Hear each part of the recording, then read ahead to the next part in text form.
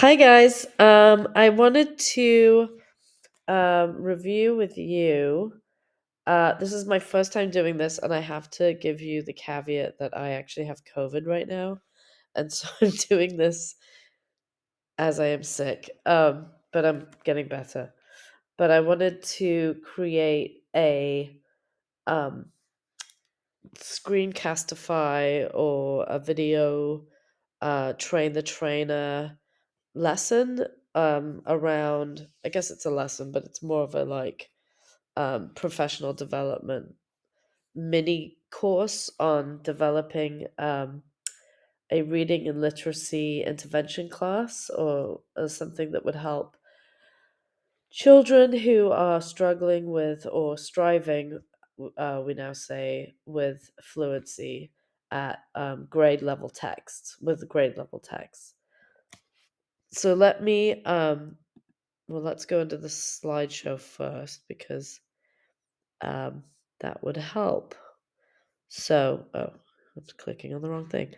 Okay, so I actually created this class with my students right before lockdown. So, ironically, now that I have COVID for the first time in 2023, I created this course right before. I believe it was right before we went into lockdown in 2020, in March. So, or shortly before that, actually. But anyway, so myself and a literacy coordinator, we got together and we targeted, or we looked at the reading scores of students whose reading scores were either at or below a 6.5 reading level. Now that means if you're using the Renaissance Learner program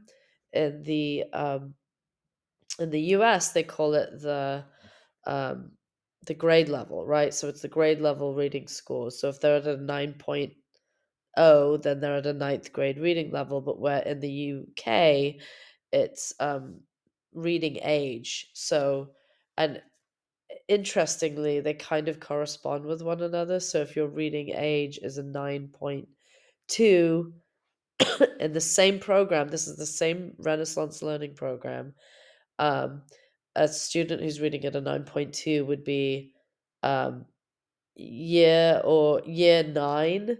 So it's the same in the States as grade level 9, and the UK is year 9 plus 2 months. Um, 2 months. So like the reading age, it might be like a grade level, grade 9 plus 2 months um into the following year, if that makes sense. So like 2 months into the 10th year. So anyway, all that to say that we created this course to try and target those kids who are really um, striving readers. That's the term they use now, striving as opposed to struggling, because it doesn't have the negative connotation or the deficit um, idea around like a struggling reader. um, so anyway, here we go. So this is the first slide. This is actually what I would show the kids, but since I'm gearing this towards educators, I am saying welcome educators, so welcome. Um, this is a reading intervention and literacy class. I did this after school, um, one day a week. I think I stayed a couple days a week after school, and then I would do it for 20 minutes during their advisory class, which was a very short, concentrated period. And I would have rather had a whole hour with those kids because um, I could focus on them individually more, and I had fewer kids. But such as, you know, funding in public school systems, and so I wasn't really granted the um, full hour that because I had other classes. So it was kind of tricky, but we just worked around it. Um, So I would say to them, this is you've been brought here. This is a reading and fluency intervention class. This is designed to help you increase your reading lexile level. Lexile I'll get into a bit later, but that's essentially how they scale the scores for their reading levels and the fluency and comprehension levels. Um, and I would tell them this is not a punishment, but rather a way to help those of you who might be struggling understand grade level material.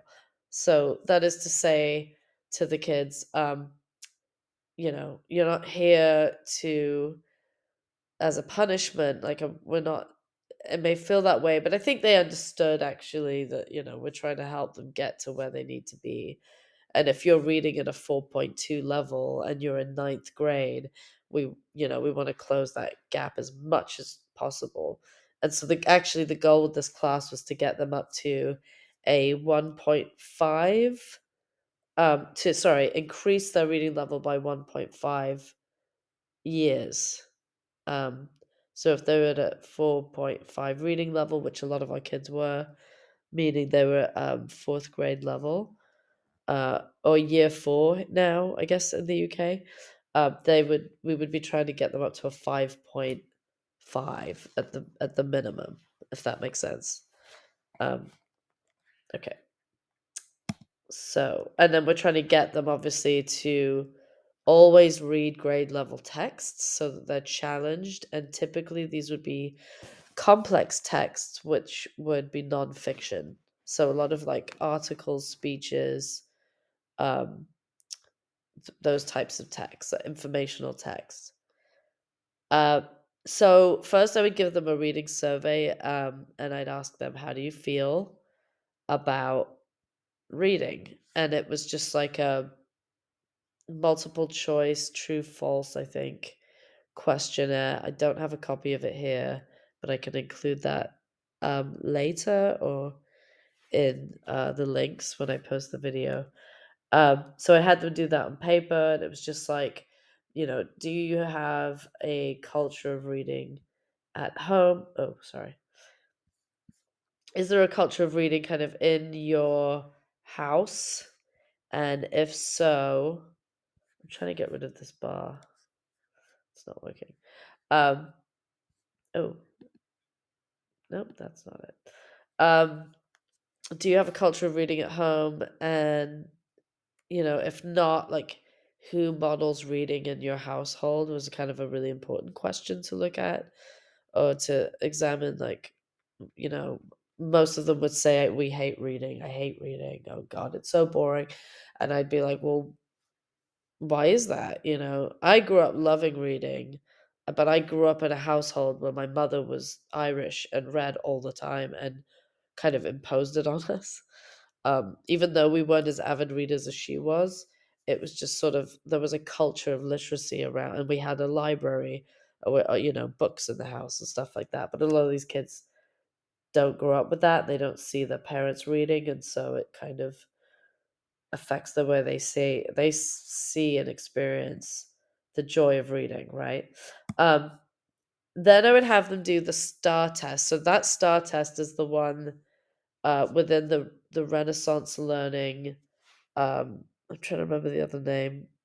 Learning Renaissance, the website, which we kind of seems to have become universal, at least in English speaking countries that I'm aware of. They do have a Spanish version of the test and of the program as well.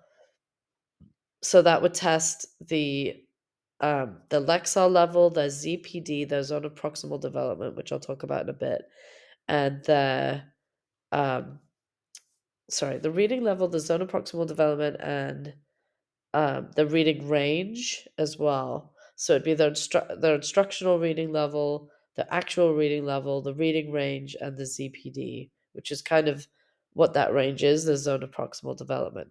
So I'd say let's start by discussing why your reading level is important, and then assess your reading level. So once I gave them the test, I would print out their results, and then we would look at it together.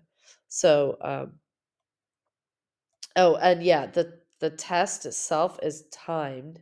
So each question is timed for the student, and it would get progressively harder with each question. So if you have, um, if they're getting the answers wrong, you'll notice that the paragraphs just stay kind of short and um, minimal, whereas the stronger or readers, or I don't know how to phrase it, but the higher level readers would the you could see the questions getting longer and longer, and that's getting more complex. So it shows that they are understanding and comprehending the vocabulary, um, a higher level vocabulary. Okay, so then I would say, okay, let's look at your star results. Um, I also have a picture of this too, which I can include later on, but you've got your scaled score, your percentile ranking, and that's by nation, so that's nationally. I don't know. I did have reports in the UK, and I can't remember if we had the PR, the national percentile ranking. I think they did. The GE would be the grade equivalent, which would be applicable and applicable. Help me, COVID brain. Applicable in the US. So that's the grade equivalent um, to their reading level. And at the instructional reading level, which is typically a little bit lower than the grade equivalent level. The ZPD, like I said, is the zone of proximal development, and that provides optimal reading challenges without frustration. So the idea there is that if you go outside of that range, that ZPD range, I wish I had a copy to show you.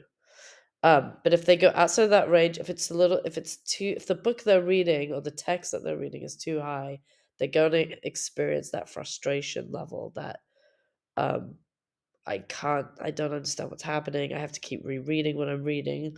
I'm not like, I'm just trying to understand the words and not actually understanding the ideas and the concepts of what I'm reading. So you're trying to avoid that, even though we're testing them at grade level. Um, but then if it's too easy on the other end of that spectrum, if you've got like a level that, it's too low, then obviously they're not being challenged. And we need to challenge all our readers, right? Um, what is your reading level goal by the end of the year? So I would just have them like we would discuss this. I mean, I had like a handful of students, so it was actually quite a safe space to do this in. Um, Sorry, I'm so congested. What is your reading level by the end of the year? Um, and then, like, how can we reach this goal? How do you think? I mean, that's kind of a loaded question. Like, how will you reach the goal? Well, read more, obviously. But like, how could I help them get there? Does that mean more independent books, more read alouds, like us together as a class, you and I as a student, you and another student together, partnered reading, that kind of thing. So that's kind of what I'm getting to now. So this is once we've looked at the scores, I would have them do this partnered fluency protocol. And this is, I learned this I learned it with a literacy coach who's amazing, Michelle Perkins. Shout out to Michelle. Um, she worked with me in this class to help um, my intervention class and to help these kids.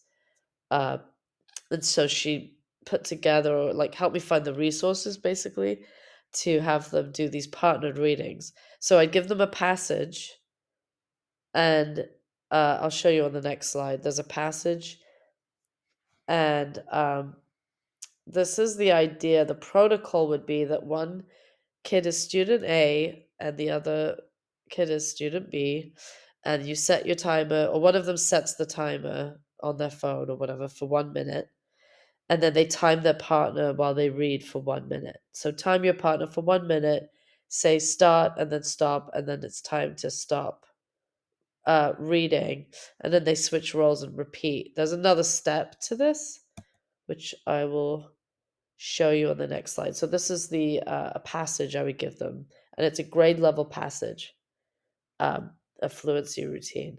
I was going to say I learned this in my. Oh, hang on, I have to fix this. I learned this in my I should have fit this to screen, but here we go. Let's see if I can move that over. I learned this in my fluency course that I did at Cal State Long Beach, and it was an additional credential. Um,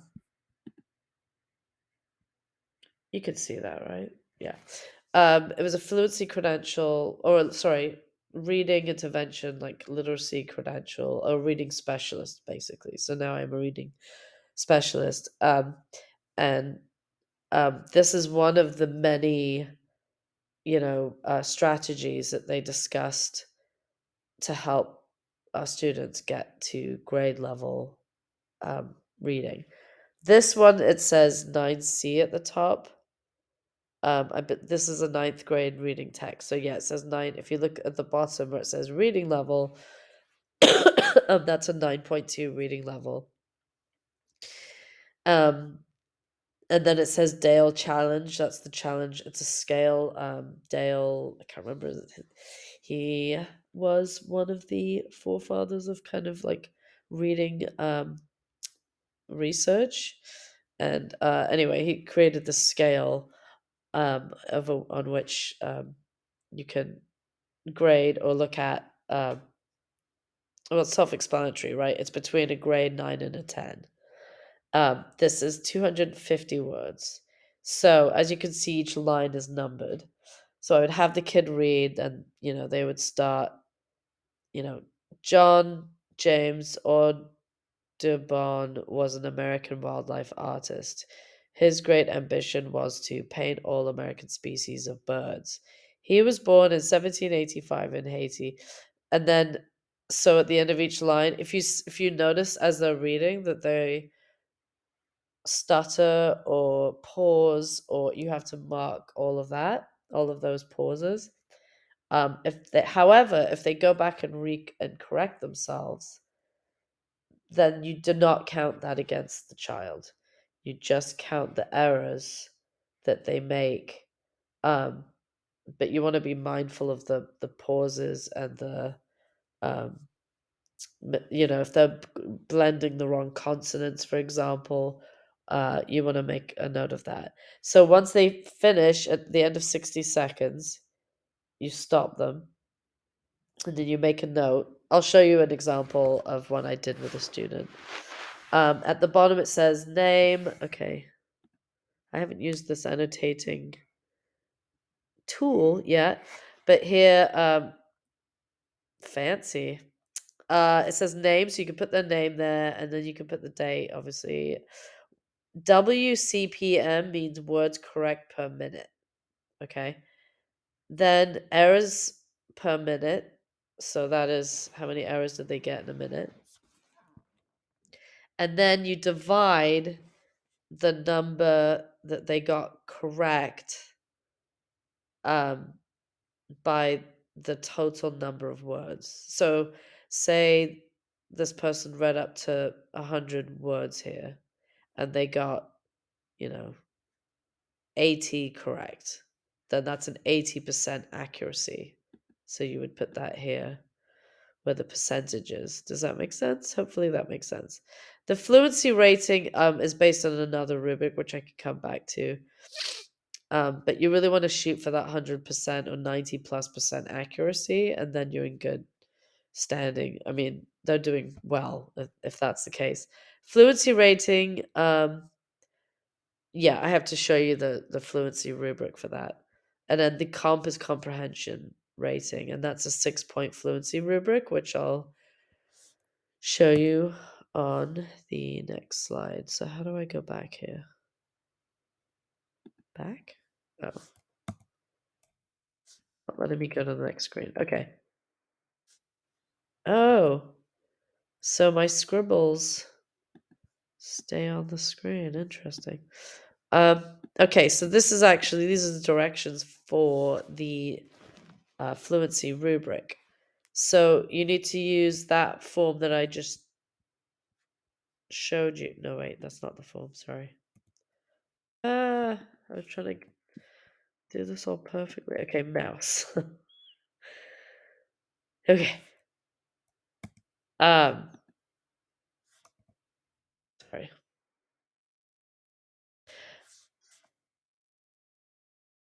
Okay, so this one was a ninth grade text.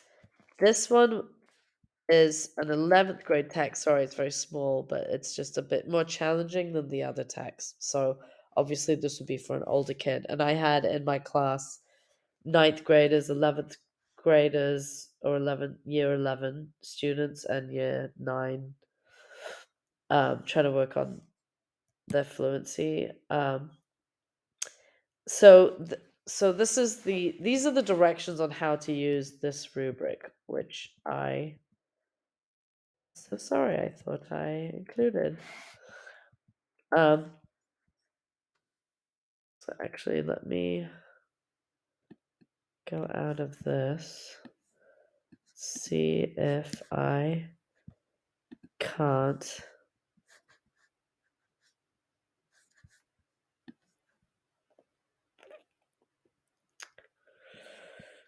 This is embarrassing. Okay. So how do I get this in here is the question. So if I can go back and insert image. Okay, so this is like a tutorial in how to do this. Okay, so that's the actual rubric. I hope this is visible because I don't know if it is or not. So, um, yeah, I want to make a big impact. Here, look. Um, yeah, so that is I wonder if I can make this bigger. The fluency rubric, and obviously I've scribbled all over this, so that's um not ideal. I mean, it's fine. It's the one I used with a student, and her name is crossed out. So, uh, but as you can see, you're looking for there's pausing, phrasing. Hang on, I just want to find the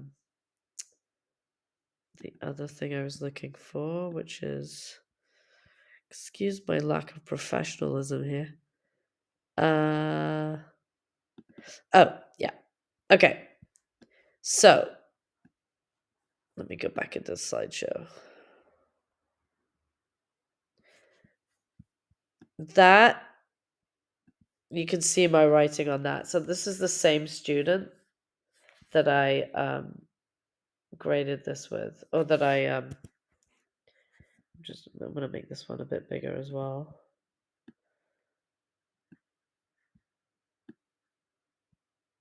You'd think I would have prepped this beforehand, but welcome to the life of a teacher. Everything's ad hoc. You just do it all as you go. All right. Hopefully you can see this. So you've got the 6 dimensions of fluency rubric. Instead of looking at the directions, you can read it here. It says, well, it's in tiny print, but pausing refers to the way the reader's voice is guided by punctuation.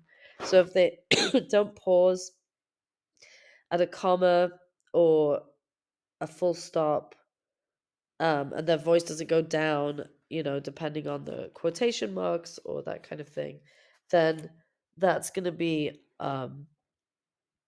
something you want to make note of, right? Or you grade them based on that actually. So the girl I was assessing was a level 1 out of 3. So it was 0, 1, 2, and 3. Those are the scores, um, or the scale that you're grading them on. Then there's phrasing. Rephrasing refers to the way the readers put words together in groups to present meaningful units of language. Sometimes they're cued by punctuation, such as commas, but often they are not. Then you've got stress. Are they stressing and emphasizing the right words? Intonation. Do they um, vary their voice, tone, and pitch? That's something I actually struggle with. But when they're reading, is it clear that they understand sort of the meaning of the words that they're reading and the context in which they're reading them? The rate is the rate of which they're reading, not too fast and not too slow. And then integration involves the way the reader consistently and evenly orchestrates rate, phrasing, pausing, intonation, and stress. So does it sound fluent to you as a fluent reader? Some of the reading is fluent, most of the reading is fluent, or almost all of the reading is fluent. And then I can't see the bottom one. Guiding principles for rating. So I think that's just an overall impression. So anyway, this is this student. Let's call her Kimberly. Um, she read through this one, and I had her read it 3 times. And if you look at the bottom, I wrote, read 1 times, and she got to 100 words. So here I put WPM, so it's 100 words per minute. It wasn't 100 correct words per minute, just 100 words per minute. So she got 5 wrong, so that equals 95, so it's 95% accuracy. And then as you can see, I had her read 2 more times, and it went down. I think she read more words the second time, but she got more, um, she made more mistakes. So out of 103 words, I think I would divide the number correct by um, the total number, right? So 103 divided by 110 is 94%. And then at the end, she read the most words. So she kept getting faster, which is great. She read 130 words, but she made 7 errors.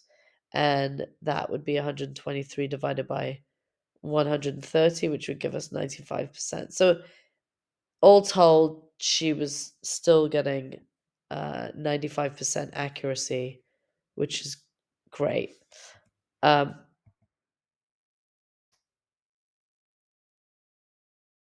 so anyway, I was going to come back to this, but so you want to administer this. I was looking at the how to use it. Let's just look at that more closely. Um, how do I get the pen back is the question. Can you tell I've not used this before? Focus. Nope. So anyway, I'm looking here. How do you use it? Administer this assessment individually. Have the student read aloud the select text. So this is what I had the kids doing as partners, partner A and partner B.